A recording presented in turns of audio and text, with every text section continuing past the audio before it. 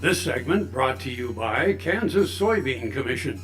Progress powered by Kansas farmers.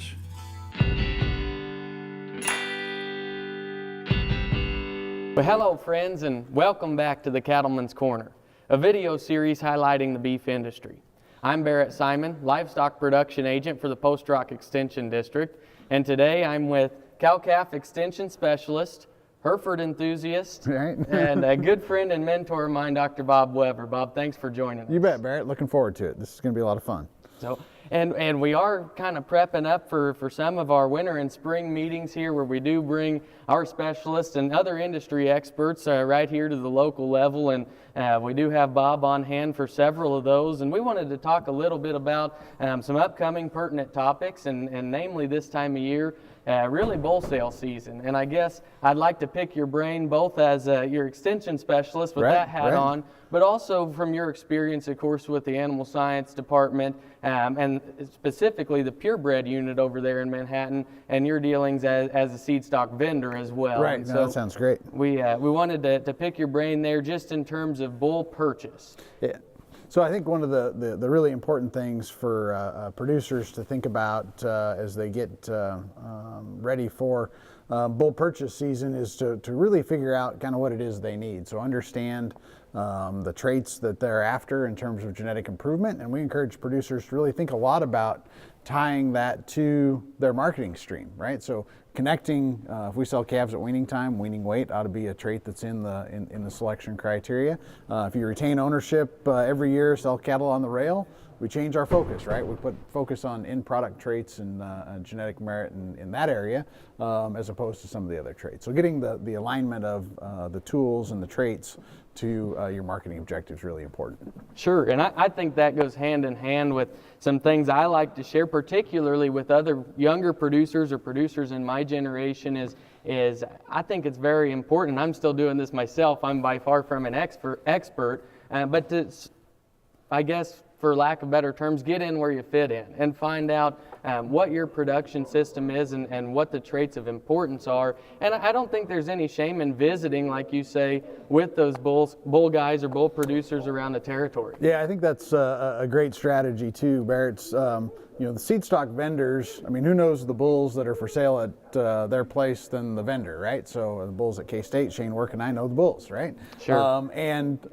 We've got experience and can help guide producers to the right set of bulls. So if we know you come in and you tell us, well, I'm looking for a bull to build and keep replacement heifers, we can kind of get you pointed the right way. Right. And along with that, if you've got needs in terms of bolstering your understanding of the selection tools that are available, whether that's selection index or EPDs, we can get you those resources and help point you the right direction. Sure enough, and I think that does go a long way for producers of all size and scale to be able to have that conversation and appreciation to visit with whoever the vendor may be. Like you said, in this case, Shane Work and yourself, know those cattle like the back of your hand. I guess I'd like for you to hit on, and you have alluded to, knowing where your priorities lie. Let's take that one step further, and as we talk about doing a little homework before we show up sale day or before we leave bids with the producer, understanding some of those EPDs, and I guess I'd ask you to hit on just a couple of the big ones, and not to show prejudice for the Angus breed, but that's probably one your that most people popular. know. Yep. I think a couple that kind of through communication with various producers, commercial and seed stock alike, that I think merit some attention. One's calving ease direct, and it's maybe that we don't need to put all of our eggs in that basket, right? We've got lots of calving ease potential. In fact, our Sunflower Supreme Heifer program, we recommend, I think it's a 7 or an 8 calving ease direct EPD to breed virgin or yearling heifers. That provides a really high level of calving ease or low dystocia rates. We probably don't need 18, 19s, and 20s, right? Sure. We give up a lot of territory in terms of particularly birth weight and growth performance in those real high calving ease genetics cattle. And this time of year, today's a pretty chilly day. A 55 pounder is pretty tough to keep alive when it's 0 outside. So maybe let's make sure we keep that one kind of between the mustard and the mayo, keep it on the road. The other one that I think does merit a significant amount of focus actually is maternal calving ease or calving ease maternal. So as we think about breeding bulls to cows that we're going to keep replacement heifers out of, putting some emphasis in that territory, I think is worth a lot. You bet. Yep. You bet. The other one that I think maybe is underutilized by a lot of folks are the selection indexes. So figuring out which one of those selection indexes best aligns with my production system, and using that as really a first screen for a set of bulls that I'm going to purchase. It makes it really easy because I can sort the bulls up in the catalog or Excel spreadsheet by one number, and that number is weighted in such a way that it optimizes and balances the traits appropriately. Okay. Sure thing. Yep.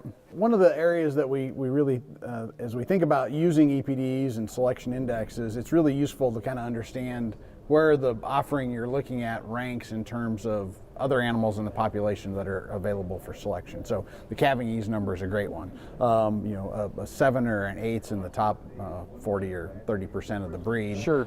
That provides enough for heifers. We don't have to go top 5% for calving ease. We got enough in Angus. But having that percentile table, so I know a number of breeders either publish that or make it available. If you just Google search whatever your breed of choice is and percentile table, you can find that, and that's one of the things I want producers to have at hand as they work through the catalog in advance of going to the sale. I encourage producers to make a list based on the catalog of maybe 3 times as many bulls as they actually need to buy on paper.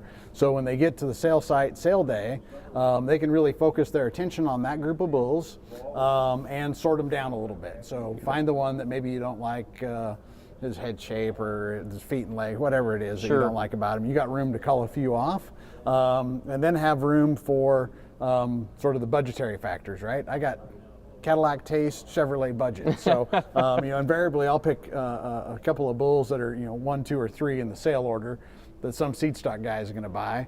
And as a commercial producer, if those are only 3 bulls on my list, now all of a sudden I'm scrambling through the book trying to pick a bull, and I just buy one that goes through the ring that may not be a disaster, but isn't an optimum solution to the problem. So, and lots of people can go find the headliners or the top end, right? And those are the ones that are we sure enjoy gravitating to. But like you said, there's lots of good commercial bulls being sold around the country that if a guy does his homework and goes in with an open point of view, then you can probably be better off than scrambling. You can really manage your budget and your investment and keep it in bounds.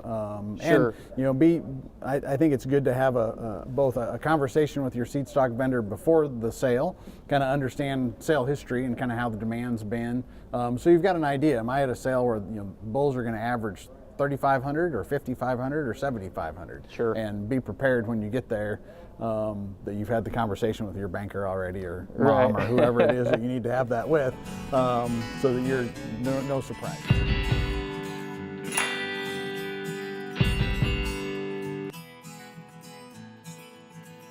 Closed captioning brought to you by Ag Promo Source. Together we grow. Learn more at agpromosource.com.